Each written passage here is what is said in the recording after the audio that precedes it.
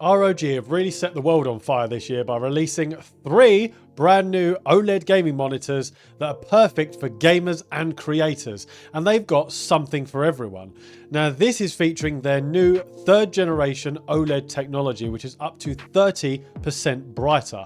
Now we've always had issues before with OLED panels because they just don't have the brightness that the big TVs have. They always struggle and are a few years behind in the technology section.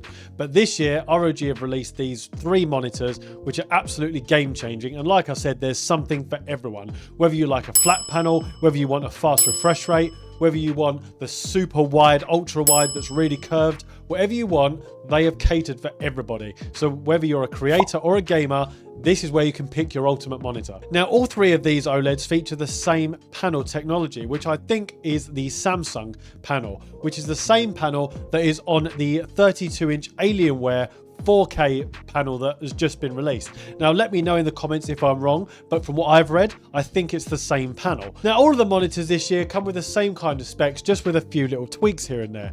So they all come with a minimum of a 240Hz refresh rate display, a 0.03 millisecond response time, USB Type-C port, a DisplayPort 1.4 and a HDMI port 2.1. They all come with uniform brightness, ASUS OLED Care, custom heatsink, up to 30% brightness increase over last year, which is up to 1300 nits of peak brightness. And from what I've seen from people that have reviewed this, it is quite a decent upgrade and it is quite bright. And I've seen people that don't even have it on 100% brightness. Now, all of you have probably picked out one thing from this lineup of specs, which is the DisplayPort 1.4. Now, I agree that a monitor going into 2024, brand new monitors released, should all have DisplayPort 2.1. Otherwise, you're going to struggle to keep up with that high refresh rate.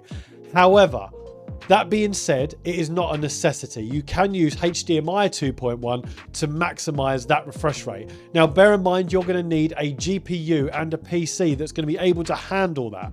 Now, these monitors, especially the ones with 240Hz refresh rate up, especially the 27-inch model that comes with a 480Hz refresh rate, they are all going to need a super powered GPU and a processor in order to take advantage of that refresh rate. And if you use HDMI 2.1 and the super fast cable, then you should be able to reach the full refresh rate depending on what game you're playing. Now, I know that's a lot of variables that's taken into account, but you need to bear in mind that this is a monitor for the future, okay? You're not going to be able to get the best out of it straight away. So it's great ASUS having these specs that, for example, on the 27-inch, you can get 480Hz, but you are going to need an absolute powerhouse in order to maximize that and get that refresh rate.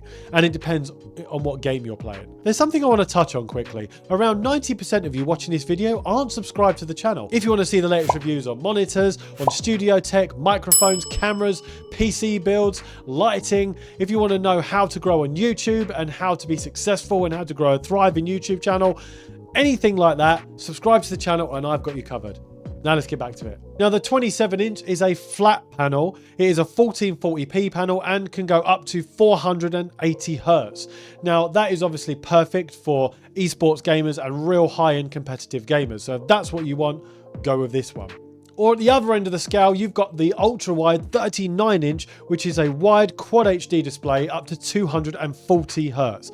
This is a super ultra-wide. It comes with an 800R curve, so it's super curvy. It's got quite a big curve to it, I'm not going to lie. So if you don't like curved displays, this might not be the one for you. But if you like your displays as big and bold as possible, then this one is going to be amazing. But for me, I think the sweet spot is the one in the middle, which is the 32-inch 4K 240Hz panel. Now this has dual mode where you can switch between 4K 240Hz or Full HD at 480Hz. Now, for me personally, I don't need anything more than 240Hz. I'm not a professional competitive esports gamer. For me, 240Hz is absolutely fine. Whenever I play games like DMZ, Last of Us, anything like that, for me, I normally hit about 160, 170Hz anyway. That's about the maximum I'm going to get. And for me, that's perfect.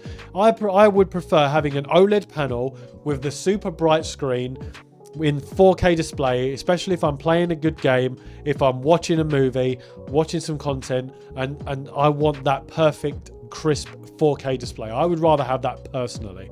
But if you are only going to get one monitor and you want the best of both worlds, this one's going to be great because you can switch between the 480Hz at full HD, or you can switch between 4K at 240. So you've literally got something for everyone. You've got the 27-inch 1440p panel, which is up to 480Hz. You've got the 32-inch 4K 240, or switch it to full HD 480, or you've got the super ultra wide 39-inch OLED panel with 30% increased brightness, and that is a wide quad HD panel with 240Hz refresh rate display. So like I said, there's something for everyone, no matter whether you're a gamer, creator, whatever you want to use it for. If you like curved screens, flat screens, wide screens, small screens, they've got something that's going to fit everyone's budget and everyone's taste. But let me know in the comments which one you're going to get. For me personally, I like the 32-inch Alienware model, which has the same panel as these, but it is a 32-inch